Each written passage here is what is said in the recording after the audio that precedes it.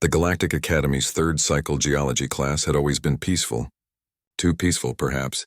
The students, a mix of Valkyrians with their crystalline exoskeletons, the floating Aerith with their bioluminescent tendrils, and the methodical Krath with their four calculating eyes, had never experienced what Professor Thexan called planetary instability events. Until today.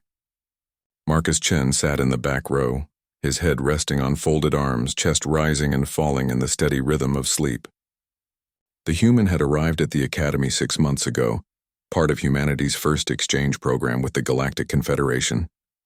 His species was still a curiosity, bipedal mammals from a death world called Earth, known for their unusual emotional range and bizarre adaptability. Professor Thexan, an elderly Valkyrian whose crystal formations glowed a dignified amber, was mid-lecture about tectonic plate theory when the facility's alarm system shrieked to life. Red lights pulsed throughout the lecture hall. Attention. Seismic drill initiated. Magnitude 6.8 simulation.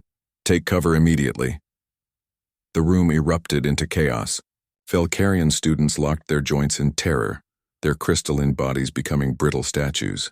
The Aerith began floating erratically, their panic causing their bioluminescence to strobe wildly. Several Krath students collapsed into defensive balls, all four eyes sealed shut, their breathing apparatus clicking frantically. The floor began to shake, not violently but enough to rattle desks and send data pads sliding. The simulation was sophisticated. The Academy had installed seismic plates throughout the building to prepare students for fieldwork on geologically active worlds. But for species from stable planets, the experience was overwhelming. Professor Thexan's voice cracked with barely controlled fear. Students, under your desks! This is only a drill, but protocols must be. A Valkyrian student's panicked wail cut through the chaos. We're going to shatter. The structure will collapse. Professor, what do we do? In the back row, Marcus continued sleeping. His head hadn't moved. His breathing remained steady. While 43 students and one professor experienced their first taste of planetary violence, the human's body swayed gently with the shaking floor, absorbing the movement like a ship on calm water.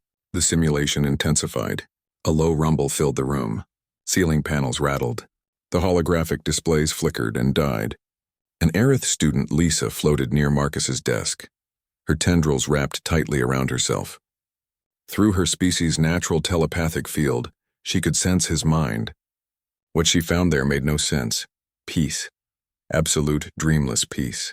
How? She whispered, her voice barely audible over the alarm. How is he not awake?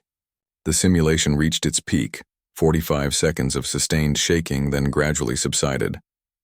As the rumbling faded and the lights returned to normal, Professor Thexan's voice came through the intercom, still trembling. Drill complete, excellent. Excellent response time. Please remain calm and exit the building for assembly. Nobody moved. The students were still processing their terror, their first encounter with the violent forces that shaped worlds. Several were crying.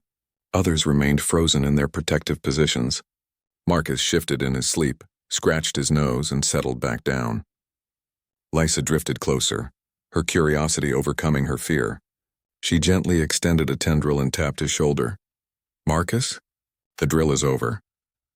He stirred, blinking slowly as he raised his head. His hair was disheveled and there was a slight crease on his cheek from his sleeve. He looked around at the terrified class with sleepy confusion. What did I miss? The room fell silent. 43 pairs of eyes and Lisa's empathic field focused on him with disbelief. The earthquake drill, Professor Thexan said slowly, his amber glow flickering with confusion. The magnitude 6.8 seismic simulation. You slept through it?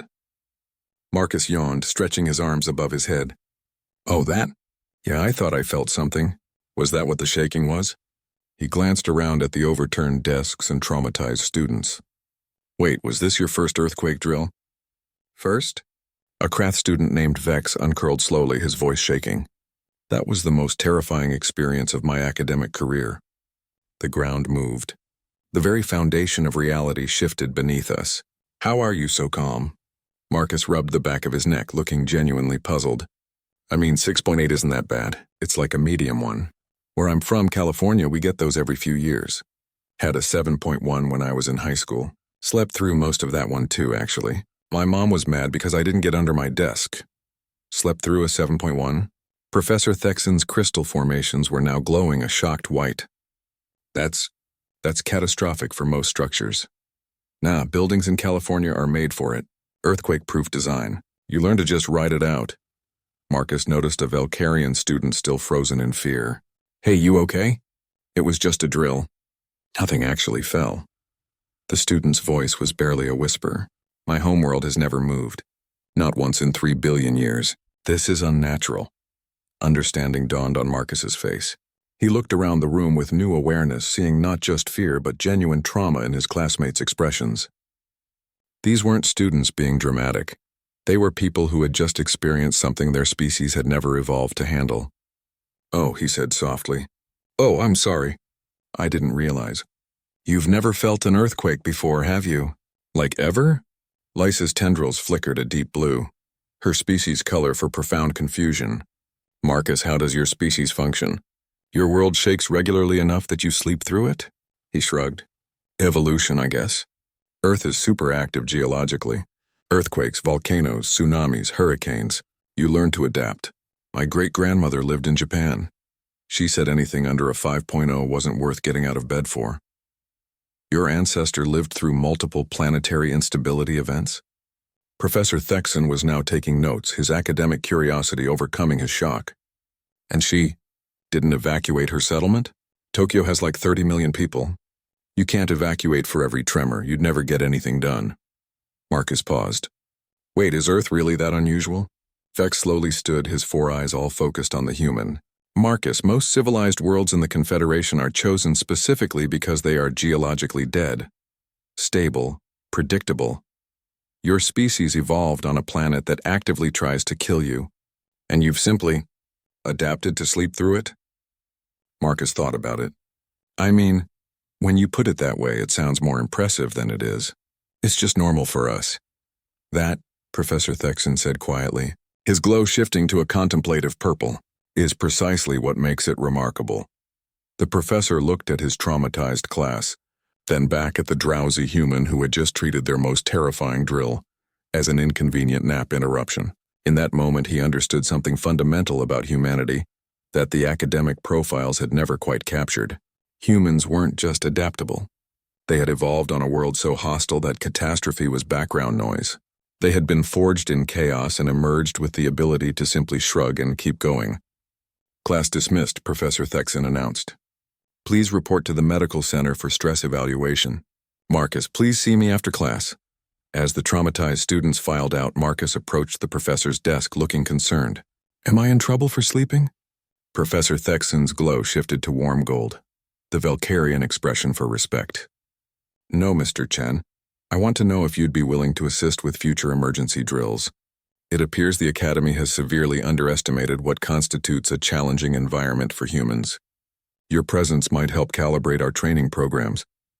Marcus smiled. Sure, I can do that. Though fair warning, I'll probably still nap through most of them. Outside, Lisa was explaining to her fellow students what she'd sensed in Marcus's sleeping mind during the drill. Not fear or suppressed panic, but something her species had rarely encountered in the civilized galaxy. Evolutionary comfort with catastrophe. Earth hadn't just produced survivors. It had produced a species so accustomed to disaster that they could sleep peacefully through the end of the world. And that, the students realized, was far more terrifying than any earthquake.